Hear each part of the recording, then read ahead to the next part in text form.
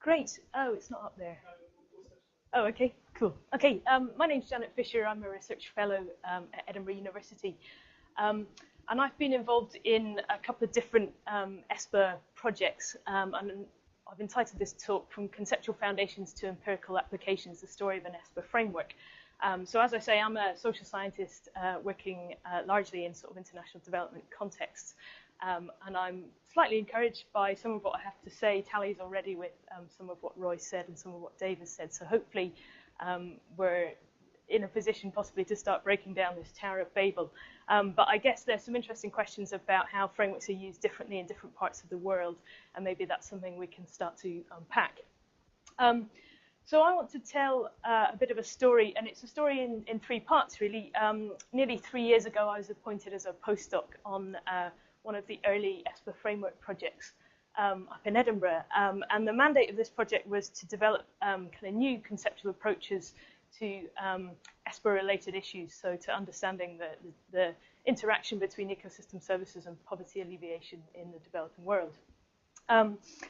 What we did as a starting point was I was coming from a kind of background in international development and natural resource management, and quite keenly aware that there are already a lot of frameworks in that world that have been used to investigate problems related to sort of ESPA-type issues, but not necessarily using a language of ecosystem services.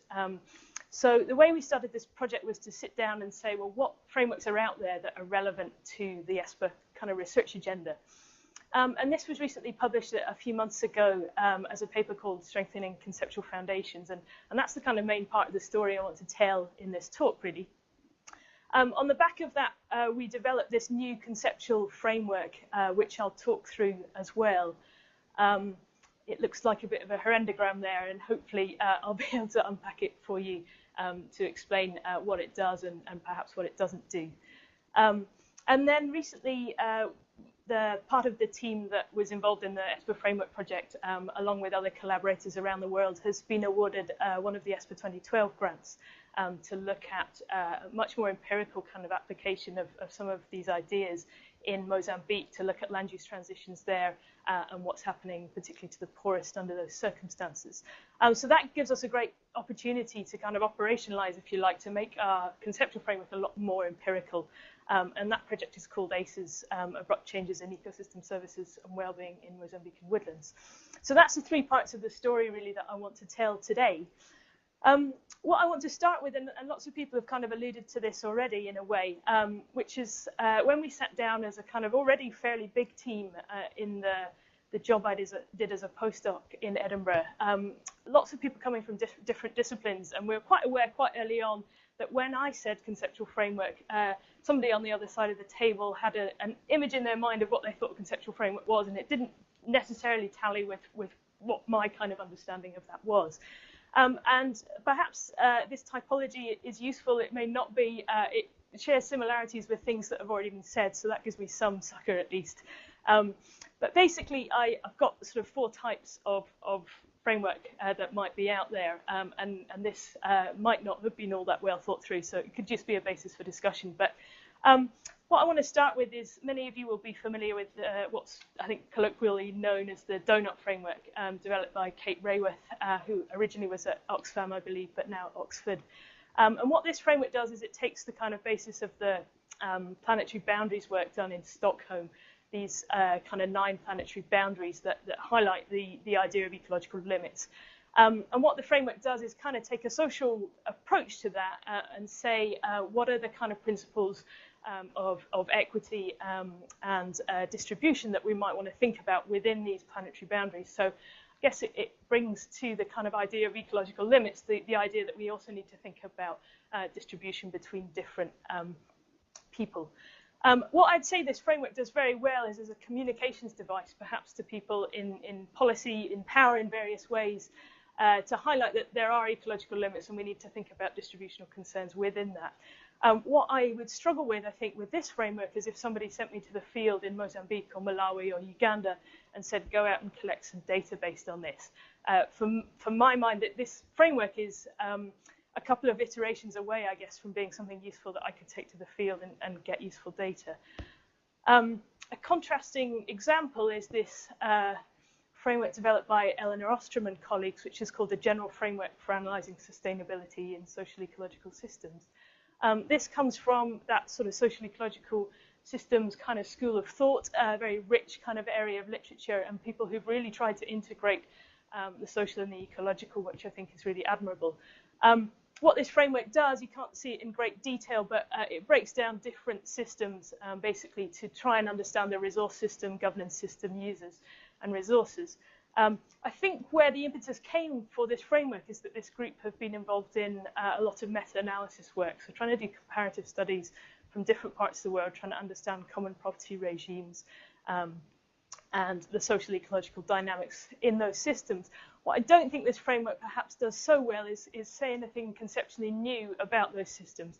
To my mind, this is a series of buckets that we could pour data into and come up with comparable data that was useful between different sites. You may want to disagree with that.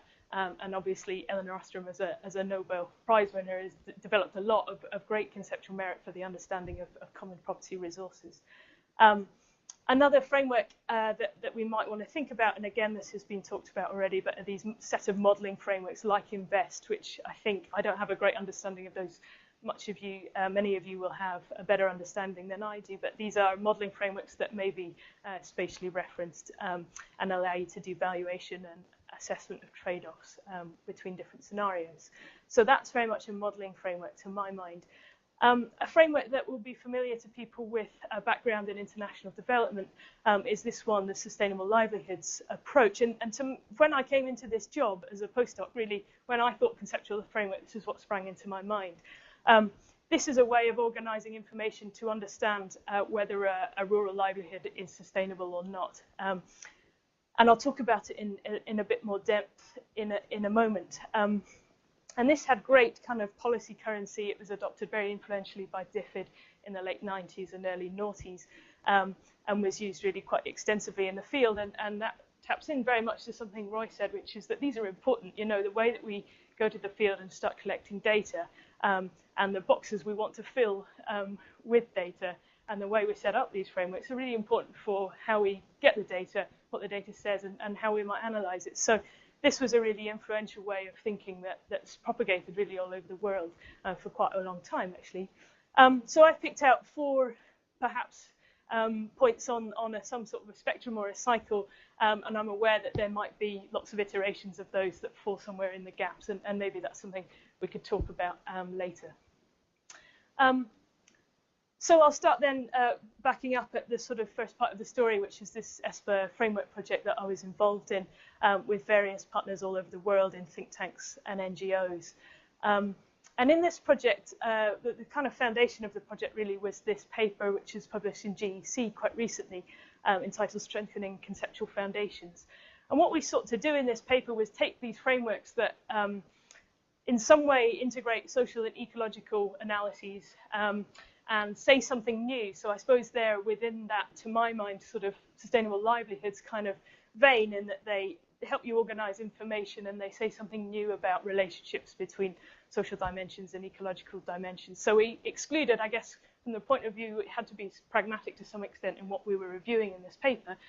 We excluded modeling frameworks and really empirical frameworks as well. So it was really kind of conceptual frameworks that we tried to focus on, I suppose, as we defined them. And what I'll do is go through, there's actually, I think, 8 or 9 frameworks reviewed in that paper. What I'm going to do is just choose the most pertinent ones, really, from the point of view of time.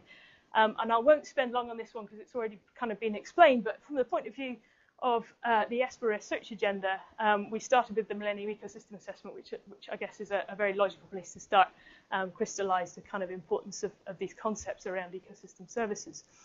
It gives a very, very familiar kind of categorization of ecosystem services here on the left, and an also quite familiar well-being categorization that in itself derived from the World Bank Voices of the Poor research, which was a large comparative study across different countries, which enable people to quite inductively kind of articulate what well-being constitutes in their view of it. And that was a massive research effort and came up with really interesting data.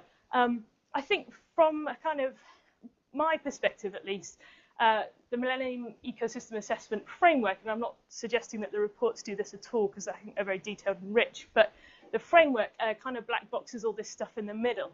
So it doesn't really say anything about the mechanisms by which ecosystem services are converted into well-being. And that's something I guess I'm interested in. So there's little potential with this really for analysing the mechanisms.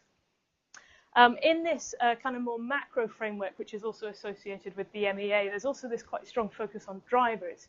And something I think this tends to lead us down a route of is trying to understand the kind of ecological potential resource. So it's trying to understand aggregate availability of services, possibly at a kind of global level, rather than necessarily those kind of distributional considerations about who's getting what services. So that's a kind of theme that you'll see recurring, I suppose, through my talk, where this terminology of drivers tends to lead us down this kind of aggregate availability type questions. And the other thing that the framework does is, as Tim Dawes' paper has really pointed out, is that there's no attention really to social differentiation within this framework. So there's no way of saying, well, whose well-being are we concentrating on? How can we think about the trade-offs between a certain group of people and another group of people? So that's the MEA, I suppose, in relation to how at least I would think about it in the project team to some extent, in relation to how it can contribute to a kind of ESPA type agenda. Another framework we looked at was the framework for ecosystem service provision, which was developed by Mark Rounsevelle and colleagues from a kind of land use change science sort of background. And what this does, again, is take a kind of drivers, pressures, stakes, impact response model, and it puts it within this social ecological system. So it's structured as a systems diagram, this framework, which I think is quite useful and might, in some iterations, become something that you might be able to model, which is interesting. Again, I think this DIPSO basis is stronger for analysing aggregate availability of services than it is necessarily for understanding who gets what. But the framework does something quite novel, I think, as a kind of intervention in the ecosystem services literature, which is to, within these states categories, highlight ecosystem service beneficiaries. So this idea that people are different and we can characterize their state. And that allows us, from a sort of ESPA point of view, to try and understand differentiation perhaps in poverty status, so who's wealthy, who's poor, what can they get in terms of ecosystem services. It might, in other contexts, allow us to understand about cultural services and people's preferences for different services, or access to provisioning services. So those are just some examples, but this idea that people are different, and that actually, from an ecosystem services point of view, an ecosystem service is defined just as much by its ecological production as it might be by the person who benefits from it. I think that's quite an interesting and novel intervention in the ecosystem services literature, and lots of literature is now reflecting those sorts of ideas as well. That might be a very sort of social scientific thing to say, in which case you can feel free to contest it later.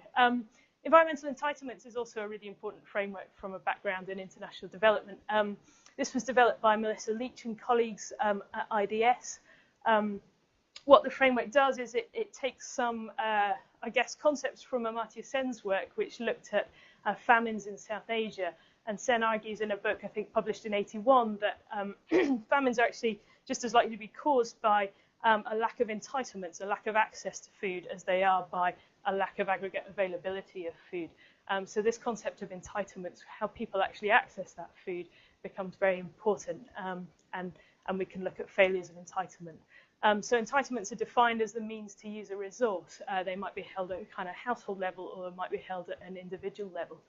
And what this really gives us a lot of purchase with is this idea of access. So how do people access different ecosystem services?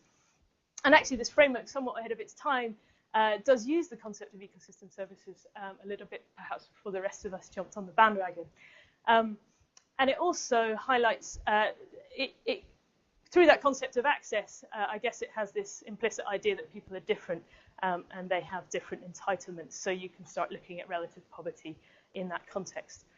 And it gives, I think, a nice basis for trying to understand why people have different entitlements, perhaps even within one country.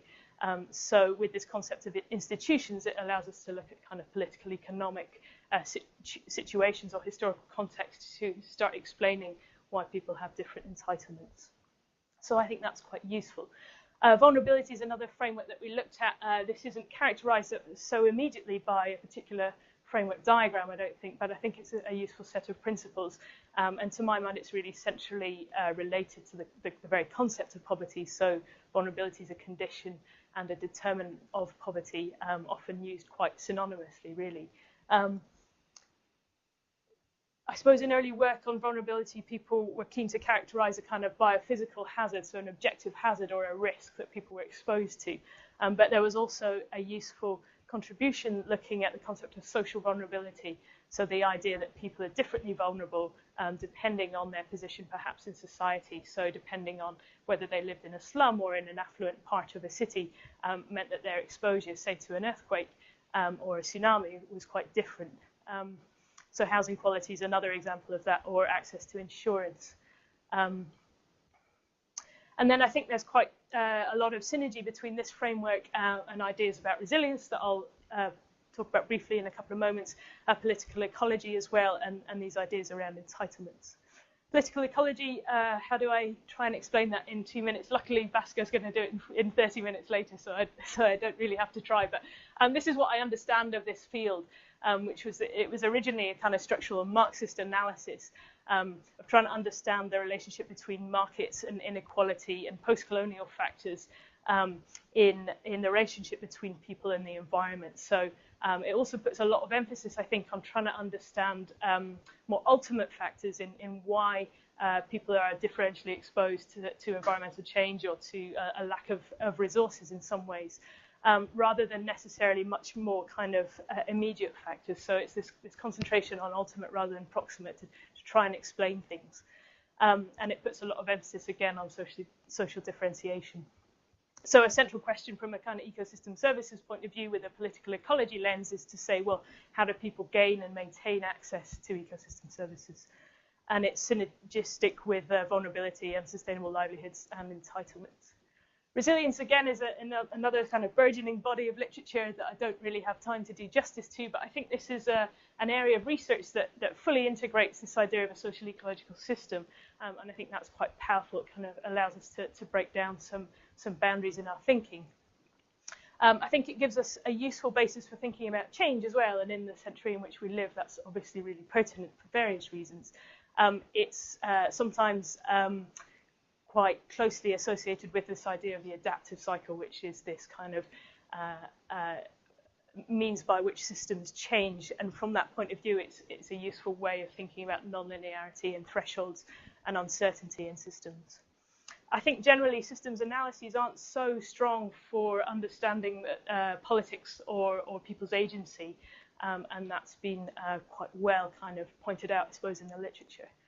And then Neil Adger, in work on climate adaptation, has said that there's kind of fruitful convergence potential between these ideas of resilience and adaptation and vulnerability. So to some extent, those literatures are coming together, which is quite useful, hopefully. Finally, I think, is the Sustainable Livelihoods Framework, and I'll, again, not talk about this in much detail, but this is really quite a holistic analysis of livelihood influences. It allows you to take, say, a rural household and try and understand both kind of nearby factors, but also very ultimate factors in why their livelihood takes the character that it does, right up to these kind of leftermost column looking at macroeconomic conditions or terms of trade. It also places a lot of emphasis on capitals, although I think in a paper in 2009, Ian Scoones has kind of almost critiqued the way that the capitals have been focused upon in this framework. But obviously, capital is really important. Household capitals are really important in how people can exploit ecosystem services. So technology or financial capital are really important, obviously, in how people can use things. And it looks at livelihood strategies as well. And I think this framework tries to do something quite integrative in a way, possibly more so than other frameworks. But it's had various critiques in the literature as well, which I can't really go into. At this point, you're probably holding your head in your hands, thinking no more frameworks, no more frameworks. But this is really the second part of my story, which is that on the back of this review, off the back of this review, we developed another framework, which tries to integrate a number of these different kind of points, these different strengths of the frameworks that we reviewed. I'm not going to explain all of this, but probably just try and highlight a few sort of principles, I suppose, by which this framework might be used, and highlight some of the kind of novel things that it tries to integrate from other frameworks. I guess the idea behind this is that you could start to analyze for whom and how well-being is derived from ecosystem services. So it tries to open up that black box within the ecosystem services and well-being framework of the Millennium Ecosystem Assessment, and really try and get to grips with how and for whom. So the idea, that paper will come out, I think, in next week or in a couple of weeks in the Journal Ecosystem Services. And the idea is that you could take a group of people, say a household or wealthy women in a village, or whoever really you wanted to start to analyze, but you could characterize those people in relation to their endowments and their entitlements, which draws directly from the entitlements literature.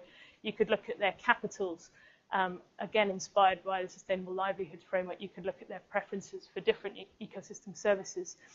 And I think as a bit of a wake-up call to those of us, involved in the ecosystem services poverty alleviation agenda, we need to look at people's means other than ecosystem services as well. This idea that people will climb out of poverty with a range of different resources, some of which might be ecosystem services, but others of which might be good governance or education or freedom from conflict, that sort of thing.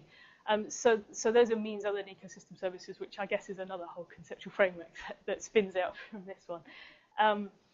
So yeah, you would categorize and try and characterize rather people in some sense in relation to this framework. And we also put a lot of emphasis on access and control. I guess the idea behind that being that particularly the poorest people in the global south are probably more limited by access than they are necessarily by aggregate availability of ecosystem services. And endowments, entitlements, and capitals are really important in understanding access. To speak a bit about the kind of human well-being sector of this framework, again, what we've done really is just import the work of the Voices of the Poor research. But I think an important thing that's come out of research on poverty in recent years is the idea that you could try and be quite inductive about that in the field and really understand what well-being kind of constitutes in a particular community, and that might differ quite a lot, which is a challenge perhaps for these sort of generalizable principles. One other thing I want to point out about this is the distinction between poverty reduction and poverty prevention. That's not necessarily an intuitive terminology, but it was one in a way that we inherited from the forest poverty kind of literature, which highlights that ecosystem services actually often keep people in quite marginal livelihoods. They might climb out periodically above a poverty line, however you might want to define that, but they're likely to kind of cyclically or seasonally go back into poverty.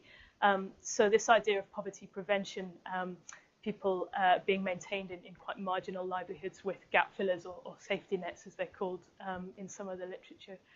That's as distinct from poverty reduction, which is this more kind of conclusive or clear kind of trajectory from poverty to well-being above a poverty line. So we think that's quite an important distinction.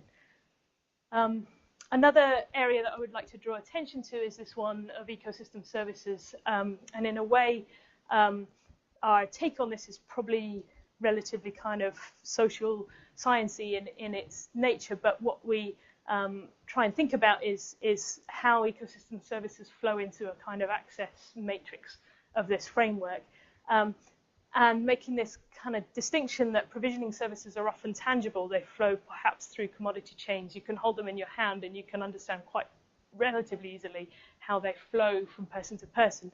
And they're very easy to control access to because they're a real thing. So they flow, I suppose, more directly into this sort of access dimension. Similarly, cash from commodified services, now this could be agricultural cash crops, or it could be these more abstract, sometimes payments for ecosystem services that are being used all over the world. But those also flow quite directly into this kind of access dimension of the framework. So again, they're quite easy to control access to. And I think the experience, and there's quite a rich literature on the potential for payment systems to be used to alleviate poverty. And I think hopefully that speaks to that sort of debate. Cultural services, it's probably harder for us to imagine situations in which you could really control people's access to cultural services unless you can levy a fee on their access to a particular place. And regulating services are developed over larger kind of landscapes, and again, quite hard to control access to. And actually, there's something in that about regulating services that actually, perhaps what we might want to think about is people's ability to protect themselves from harm from a kind of malfunction in regulating services, if you like. So a problem of flood regulation that means people are inundated. And the access dimension there that's important is people's ability to protect themselves. And that speaks quite closely to the vulnerability sort of literature. So that's the kind of ecosystem services dimension. I think the final thing I want to highlight in this framework is this idea of consumption, that ecosystem services often drain out of the system or are taken out of the system before people can even start to get a grip of them or access them. And that's very much kind of associated with the globalized world that we live in which agricultural commodities move from country to country. And you know, water would be a good case to look at in that regard, in that crops embed kind of water footprint that is exported around the world. So that ecosystem service of water is taken out of the system, perhaps before people are even able to access it. So that was our attempt at a conceptual framework, which tries to synthesize a number of different insights that hopefully you can track back quite clearly to the different frameworks that I reviewed. The final part of the story, and this is really the shortest one because we're really only starting off, but we were funded in the 2012 round to do this project ACES, Abrupt Changes in Ecosystem Services and Wellbeing. And in this project, we're looking at land use transitions, in particular forest loss and degradation through conversion to smallholder agriculture, but also more dramatic kind of transitions in relation to commercial agriculture expansion, particularly in the Beira corridor in Mozambique, whereby there's massive now concessions being given out for agricultural commodities. So one of the ideas of this project is that we'll use this conceptual framework to try and help us to understand these situations. And in terms of how I would understand this conceptual framework, I think it gives us quite a useful tool, I think, for doing participatory analysis. So particularly to go into communities quite at an early stage of the project and use this framework as a kind of, you know, it will need some adaptation in itself, but as a kind of data collection kind of tool to try and highlight the important factors and ask people what character they might take in that particular community. And that will allow us to develop a much richer kind of qualitative understanding of a particular situation. But hopefully in a kind of later stage, it will also allow us to develop metrics for measuring some of those dimensions and doing more kind of structured quantitative analysis of these systems. And we've got a lot of work to do actually in operationalizing, I suppose, that framework, to use that term that's been bandied about, and making kind of metrics, useful metrics, meaningful metrics for some of these dimensions of that framework. And really that's a job that we're just really starting off in the next couple of months. So that's the kind of empirical applications end of the story, I suppose, start of the story in other ways. So that was all I was going to say. I should point out that the PIs on these projects are Genevieve Patino and Casey Ryan for ACES as well in Edinburgh, and lots of collaborators, as you would expect with any ESPA project all over the world. So thanks very much for listening, and if you have any questions, then I'd be really happy to take them.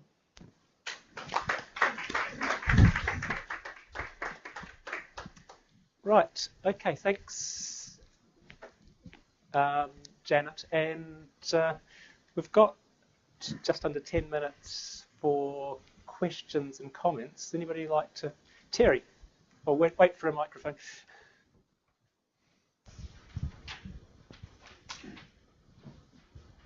Thanks. Thanks for that interesting presentation, Rosie. I was quite encouraged by your sort of work in the social dimensions of the frameworks, because I think to some extent it addresses what I think Roy said earlier about the fact that when you have something like 50 case studies across the world, it seems to be that they're all very specific and very different. And my background is as a modeler is that I think we have a good understanding and can probably model quite well the biophysical components of our systems now.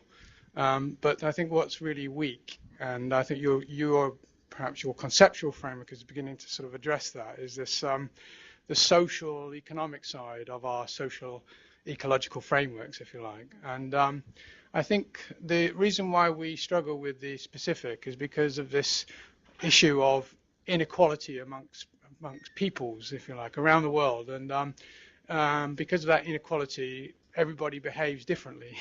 And it's to do with this issue of what motivates people, this idea of the access to the capitals of our sustainable livelihoods frameworks. But I think it applies to sort of everywhere, equally in the UK as much as in developing countries, that the values that people place on services are very different in different places, and therefore the sort of driving forces that changes our ecological systems are also different for the same reason. And I just wonder whether one of the problems that we have at the moment, what I think is the real barrier to our kind of methodological progress, is that we kind of continue to stop at this idea of beneficiaries rather than actually unpacking that down to the sort of different beneficiaries and the different drivers of the system, who are sort of different people with different motivations, that actually is causing the muddle, if you like, in our sort of really understanding sort of what's going on. I just wonder, whether your plan is to kind of go down that more theoretical underpinning of behaviours, people's behaviours and things. Yeah, I mean, I'm not sure I can answer your question very fluently, but I mean, certainly with this project ACES in Mozambique, we'll really, with quite a big kind of field effort, be able to understand people's different priorities for ecosystem services, and be able to speak to questions of whether it is very unpredictable in a sense. People in neighbouring villages might use things quite differently, or whether there are really kind of generalisable principles. I mean, while you're talking, it made me think of this field of behavioural economics that is really, I think, on the rise. This idea that we can understand the kind of behavioural motivations, I suppose, of people through economics approaches and sometimes sort of games approaches. So perhaps those might give us some traction on understanding the different groups and different motivations. But in a way, I think perhaps it's a slightly impossible agenda in the sense that we are never. But because I mean, at least I feel quite strongly that people will be quite different in different case studies, and any attempt to kind of homogenize that will probably fail. So I don't know what scope there is really for synthesizing that into kind of a bigger understanding, more holistic understanding. I don't know if others in the room have more intelligent things to say about that. Maybe. Pascal, I want to share with you. Just after the ACES project was funded, I was in Malawi and I met a person in a market selling medicinal plants, and I was really interested to find out some of the distributional aspects of that. So I said, "Where do you get your trees from?" And he said, "Well, actually, the forests in Malawi, and at night I nip across the border into Mozambique." Yeah. And that's really where his whole livelihoods was based on these services, and the forests around where he was living were devastated, and he had to just go across and borrow some. Yeah. And then then he took me through all of the health benefits. But it was quite interesting to see you're already getting these sort of pressures in terms of land use change. Yeah, I mean, I think that's quite clear in GIS kind of imagery of parts of sub-Saharan Africa, that the transboundary thing is quite important. It's huge. Yeah. Bhaskar. Thank you. Bhaskar Veera from Cambridge. I don't know if this is a sort of specific follow-up in terms of what we're talking to Terry about, but one of the areas that might be interesting to think about is distributional, explicitly distributionally weighted scenarios. So you talk about saying, for instance, that if we take the well-being of a particular sub-community more seriously than another, and that there's a moral and ethical position that underpins that. We care about them because they are vulnerable or poor in material terms. Or, you can talk about why you might care about a particular group more than another group. And if you put those values at the forefront of the way in which you then assess the local ecosystem and the services that it provides, you might come up with a different set of values, and values might then be converted into economic values in comparison to an alternative viewpoint, which might be, let's say, more metropolitan, more expert-driven, more externally driven. So, if, for instance, you view a forest and you see carbon dollars, you'll value it in a certain way. If you view a forest and you see livelihood goods, you might view it and value it in a different way. But actually, you can be quite explicit about that and then have the argument saying that the values that emerge if we prioritize this set of services, which reflect the value sets of this particular sub-community, are the following, and the values that emerge from a different value system are the following. What we're moving away from is that one global value, which a lot of the frameworks you've pointed out are worryingly focusing on the aggregations rather than the distributional conflict. Yeah. So I wonder whether there's something there. But the specific question I had for you in terms of operationalizing, often we have all been in the position of going into a context where data limitations force us to be more parsimonious in terms of the way in which we apply the framework. I have landscapes where I'd love to have 50 years of hydrological data. It doesn't exist. Yeah. And you start to make compromises with your framework. So this is a question which I wanted to ask, and I think we could come back to in the general discussion, this trade-off between parsimony and complexity, especially driven by the lack of particular types of data which are required. And so your framework is lovely. There's lots of bits of it which will be very difficult to find data for. Yeah. And then you have to make a pragmatic choice at that point about which bits of it can we afford to leave out, or can we make some good guesses on this, or can we use expert review, or you start to make alternatives because certain things are inevitably going to be missing from the world in which you're trying to apply the model. Yeah. And I'm sure you're at that stage right now in terms of thinking that one through. But that always becomes the challenge, which is the translation of a very rich and complex set of ideas into a practical tool for actually operationalizing it. And so that was the question. Yeah, I mean, I think the way we'll tackle that as anybody would is by good piloting, working out what data we can get. But we're going to need to prioritize things for sure in that process. Just to come back to something that you said in your kind of earlier comments, which is that I think at the back of a paper by Tim Daw and colleagues, which made this point, made this critique of the MEA that it doesn't really allow you to ask whose well-being you're looking at, and then this idea of trade-offs. It gave the possibility for using equity weightings in kind of economic valuations, and I think that was done in the NEA, in one part of the analysis of the NEA, and I think that's something that could be quite fruitfully used in these different situations to make those kind of value-based judgments about who you're really trying to prioritize and how you get the numbers to stack up to that in a way. The other thing perhaps to say is that we are also using BBNs in the ACES project to get, I mean, I don't have a really great understanding yet of how they work, but to use them as a framework for understanding different stakeholder kind of values and bringing together kind of various different perspectives on this question of what does that resource involve for you, kind of thing. So how we bring those together is something we've got to work out. But yeah, I mean, I think the prioritization question is really important, and it's when you have to become very pragmatic in the field, I guess.